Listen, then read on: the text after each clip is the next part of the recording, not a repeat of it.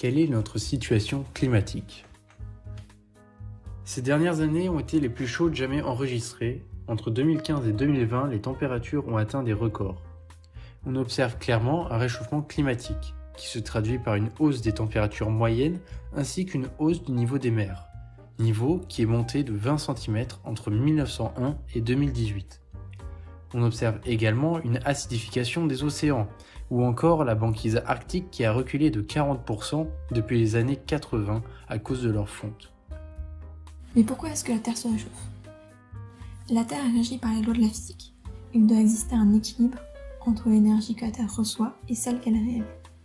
La Terre reçoit principalement de l'énergie du Soleil. Le rayonnement solaire entre dans l'atmosphère de la Terre. Une fraction est réfléchie par celle-ci, et le reste est soit absorbé par la surface de la Terre, soit réfléchi par cette surface. L'albédo est ce qui quantifie justement toute l'énergie réfléchie par la Terre. Par exemple, l'albédo augmente avec la présence de glace, comme par exemple une banquise, car le blanc réfléchit entièrement la lumière. De son côté, la surface de la Terre émet elle aussi un rayonnement vers l'espace. Une partie sera transmise jusque dans l'espace, une autre sera réfléchie de nouveau vers la Terre. C'est ce qu'on appelle l'effet de serre. Grâce à cet effet de serre, la température globale est suffisamment élevée pour permettre la vie sur Terre. Or, aujourd'hui, la Terre réémet moins d'énergie qu'elle n'en reçoit, et donc se réchauffe. C'est ce qu'on appelle le déséquilibre radiatif. Et qu'est-ce qui cause ce déséquilibre aujourd'hui? Malheureusement, ce sont les facteurs humains qui contribuent majoritairement à ce déséquilibre. En France, les transports, l'agriculture et les bâtiments sont les principaux secteurs qui émettent certains gaz, le CO2, CH4 et les NOx, dits gaz à effet de serre. En fait, ces gaz contribuent à l'effet de serre, c'est-à-dire qu'ils vont faire se réfléchir vers la surface une partie de l'énergie réémise par la Terre, à la manière d'une serre.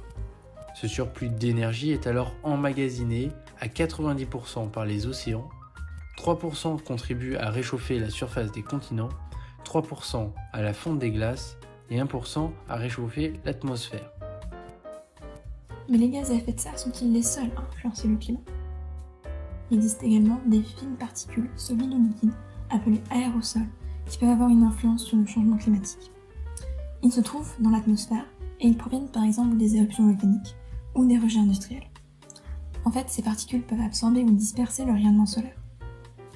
Leur absorption a un effet réchauffant similaire à l'effet de serre, tandis que leur dispersion a un effet refroidissant, puisqu'elle augmente l'albédo terrestre.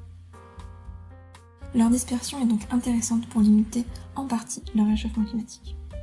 Enfin, il faut avoir conscience qu'une hausse de la température moyenne n'a pas qu'une influence sur la température que nous ressentons, mais implique aussi la fonte des glaces, ce qui réduit l'albédo, la baisse des rendements agricoles, des pénuries en eau et des vagues de chaleur, la montée du niveau des mers, ce qui risque de submerger certains pays, ou enfin l'acidification des océans, ce qui a des conséquences sur la vie aquatique.